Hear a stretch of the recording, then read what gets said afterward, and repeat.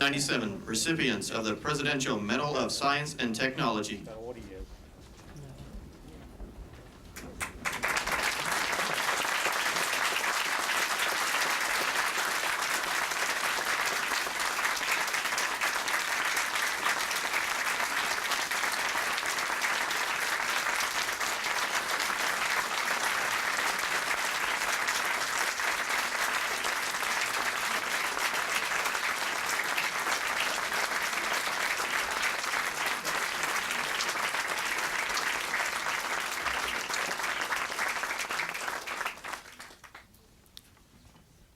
Ladies and gentlemen, please remain in your seats when the ceremony is concluded. The medalists will join the President on stage for a group photograph. As a reminder to the media, immediately following the ceremony, the medalists will briefly be available to the press in room 476. Guests are invited to our reception in the Indian Treaty Room.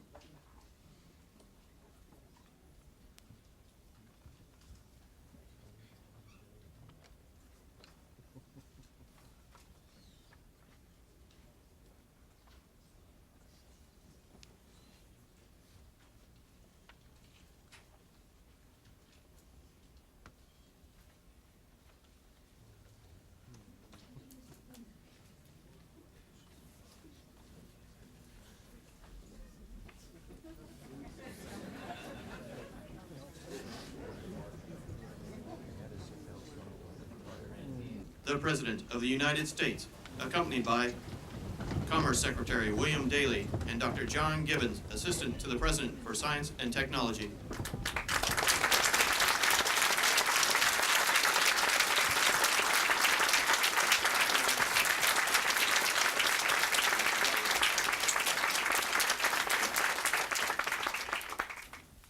Mr. President, Secretary Daley, we're gathered today to celebrate the national heroes in the adventure of scientific research and in the drama of technological innovation. Thank you, Mr. President. Gotta be good for something. Most of you, I think, know the stories of discovery and invention that underlie the accomplishment of our honorees today. Each is an epic tale worth telling many times. The boundaries of ignorance and the unknown are pushed back a bit farther to the benefit of all of us, including future generations. We are very much honored that the President is joining us on this very special occasion. From his first day in office 5 years ago, the President has exercised a two-edged sword of fiscal responsibility and investment, and support of research remains one of his key investment strategies. The President and the Vice President know that by using the awesome power of science and technology and applying it thoughtfully, we can maintain economic progress and simultaneously protect the environment, that indeed the twin goals can be synergistic.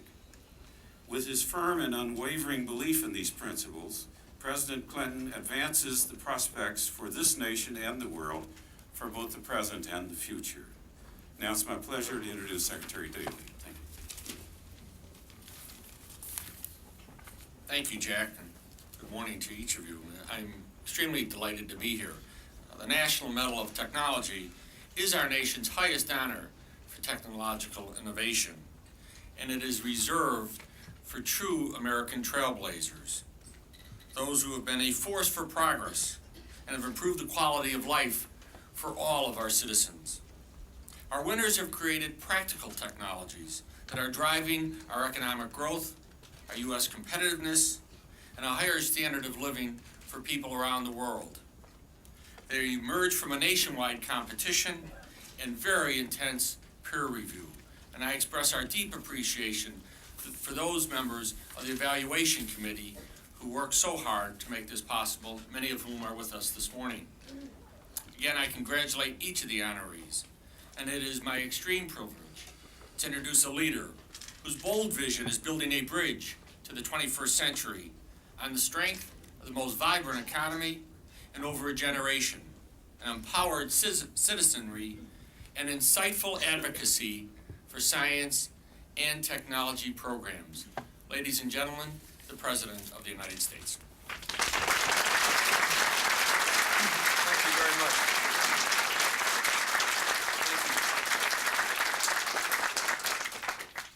very much, Dr. Gibbons, Secretary Daley.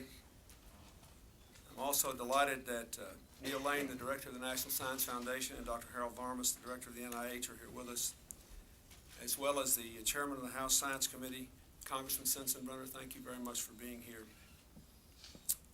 Today we honor 14 remarkable men and women for extraordinary individual accomplishments, from discovering new ways to chart the universe to exploring the internal universe of human nature. We honor them, however, also for their collective achievement. By giving these awards, we honor the American passion for discovery that has driven our nation forward from field to factory to the far reaches of cyberspace. This spirit of discovery will lead us into a new century and a new millennium. This is a moment of great challenge for our nation, a time when we must rise to master the forces of change and progress as we move forward to the 21st century. Later this week, I will announce or discuss the new economy, one of the most powerful forces of change. This morning, I want to talk about the force of scientific and technological innovation. It is helping to fuel and shape that new economy, but whose impact goes well beyond it. For 5 years in a row, I have increased our investments in science and technology while bringing down the deficit, often in the face of opposition.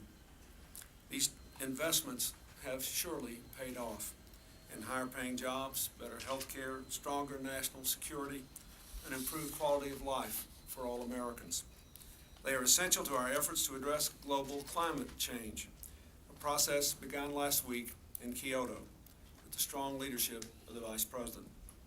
They are critical to America's ability to maintain our leadership in cutting-edge industries that will power the global economy of the new century. Half our economic growth in the last half century has come from technological innovation and the science that supports it. The information, communications, and electronics industries already employ millions of Americans in jobs that can pay up to 73% above the national average. Firms that use advanced technologies are more productive and profitable than those which do not. But technological innovation also depends upon government support in research and development. Let me give you just 2 examples. 5 years ago, the internet was unknown to most Americans. Today, thanks to far-sighted investments, tens of millions of Americans surf the web on a daily basis. And our investments in the next generation internet will give our universities and national labs a powerful research and communication tool. 5 years ago, the mystery of the human genetic system was only partly known. Today, government-funded scientists have discovered genes linked to breast cancer and ovarian cancer, and our Human Genome Project is revolutionizing how we understand, treat, and prevent some of our most devastating diseases. These groundbreaking innovations could not have happened without dedication, downright genius, and government investment. Today, I'm pleased to announce $96 million in new research and investments to continue that progress. First, the Defense Department will invest $14 million to help our universities in partnership with private industry to develop a new supercomputer on a chip, among other new projects. These chips will be no larger than my fingernail, but their computing power will be 25,000 times greater than this entire mainframe computer. Let me try to illustrate. This is the size of the chip. It equals 25,000 of those. Pretty good work.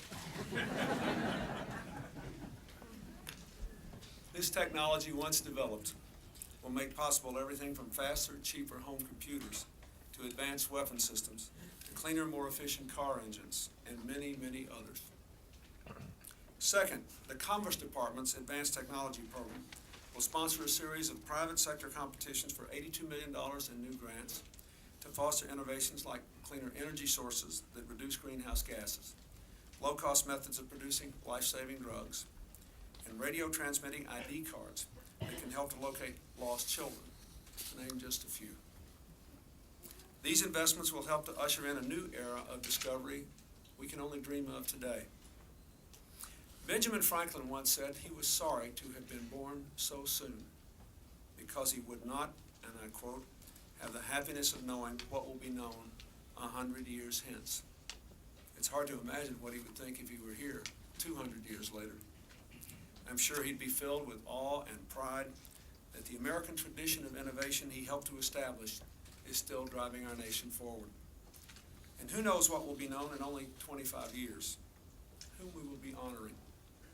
The researchers who find cures for cancer, perhaps scientists who discover life on other planets, the engineers who devise new energy sources to preserve our environment and sustain our economy for generations to come. The discoveries of tomorrow will be made possible by the scientists of today and by our continued commitment to their passionate quest. Now I am honored to present the men and women with the National Medals of Science and Technology. Please read the citations. For general product and process innovation, Robert S. Ledley, National Biomedical Research Foundation, Georgetown University Medical Center. For pioneering contributions to biomedical computing and engineering, including inventing the whole-body CT scanner, which revolutionized the practice of radiology, and for his role in developing automated chromosome analysis for prenatal diagnosis of birth defects.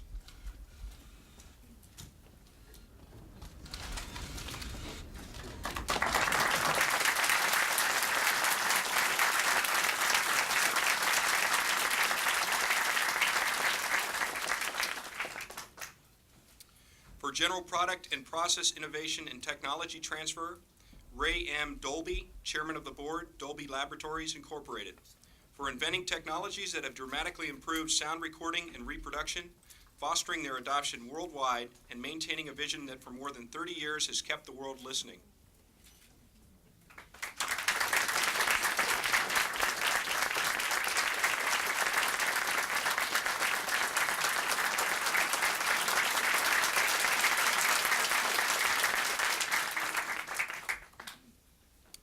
For technology management, Norman R. Augustine, Chairman, Lockheed Martin Corporation, Professor, Princeton University.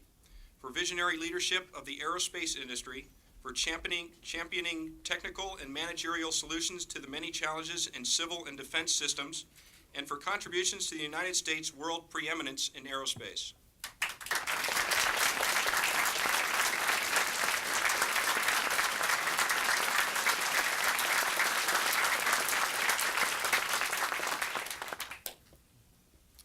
For technology transfer, the team of Vincent Cerf, Senior Vice President, Date Architecture MCI Communications Corporation, and Robert E. Kahn, President, Corporation for National Research Initiatives.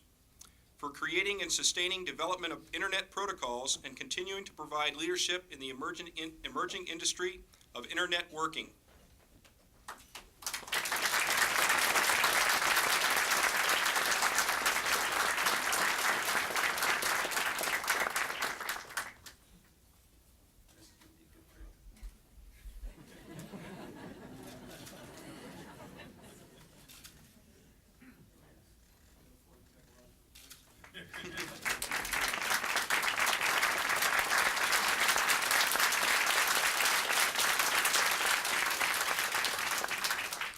Recipients of the 1997 National Medal of Science.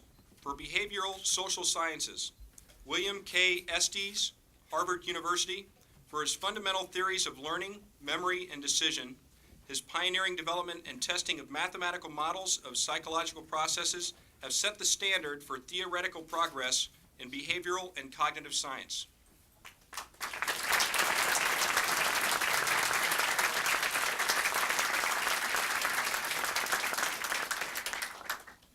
For Biological Sciences, James D. Watson, Cold Spring Harbor Laboratory. For 5 decades of scientific and intellectual leadership in molecular biology, ranging from his co-discovery of the double helical structure of DNA to the launching of the Human Genome Project.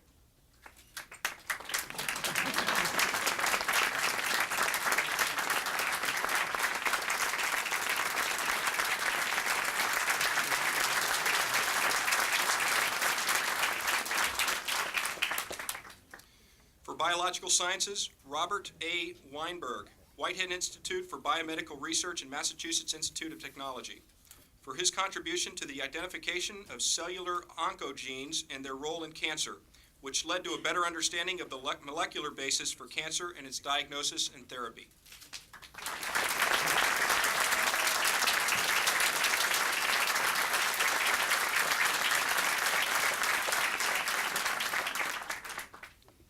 For chemistry, Darlene C. Hoffman, University of California, Berkeley, Lawrence Berkeley National Laboratory, Lawrence Livermore National Laboratory, for her discovery of primordial plutonium in nature and the synthetic spontaneous fission of heavy nuclei, for pioneering studies of elements 104, 105, and 106, and for her outstanding service to education of students in nuclear chemistry, and as director of the Seaborg Institute for Transactinium Science of the University of California.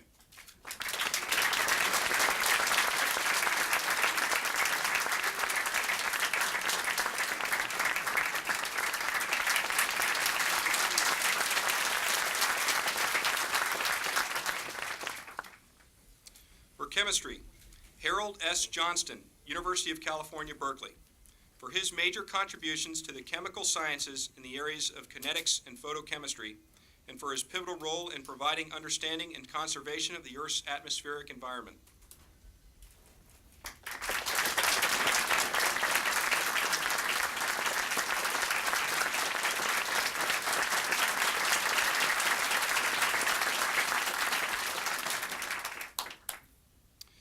For mathematics, Xing-Tung Yao, Harvard University, for his fundamental contributions in mathematics and physics. Through his work, the understanding of basic geometric differential equations has been changed, and he has expanded their role enormously within mathematics.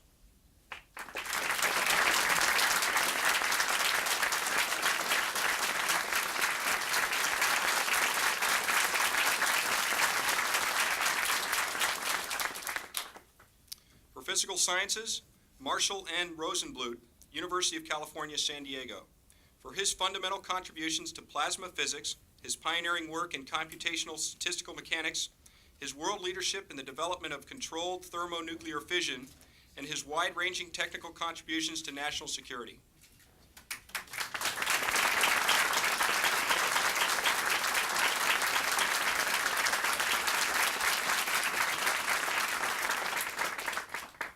For physical sciences, George W. Wetherell, Carnegie Institution of Washington, for his fundamental contributions to understanding the measurement of geological time and understanding how Earth-like planets may be created in evolving solar systems through collisional accumulation of smaller planetary bodies.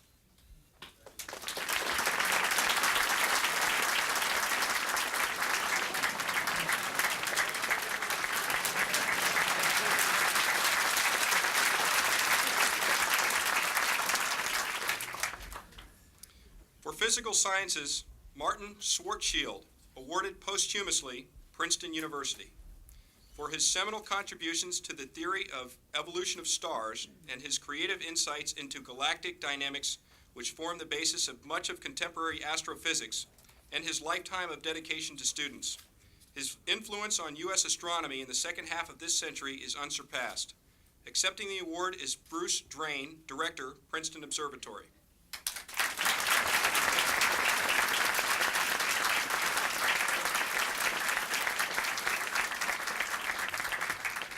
Give them all a hand.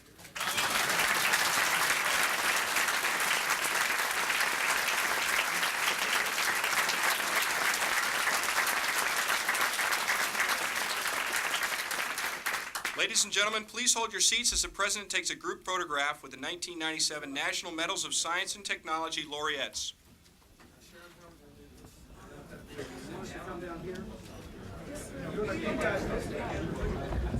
Technology is solving this problem. If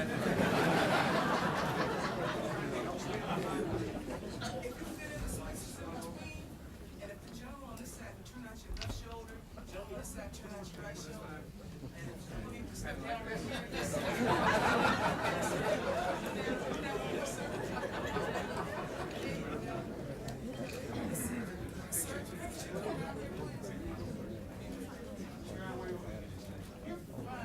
and maybe in red, if you just edge over just a little bit.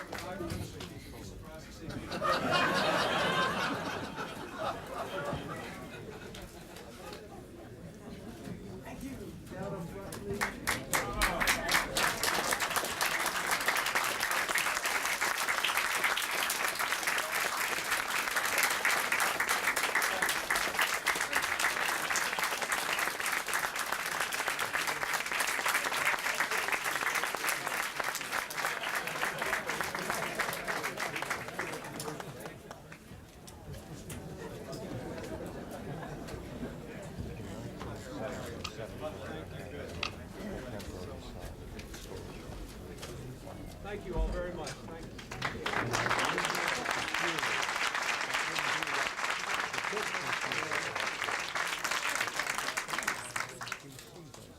Bye, thank you.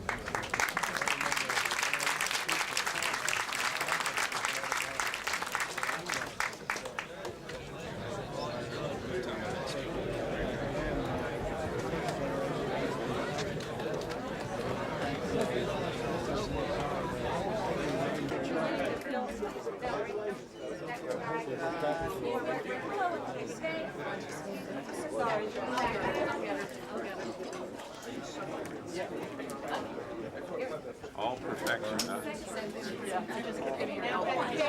Carol,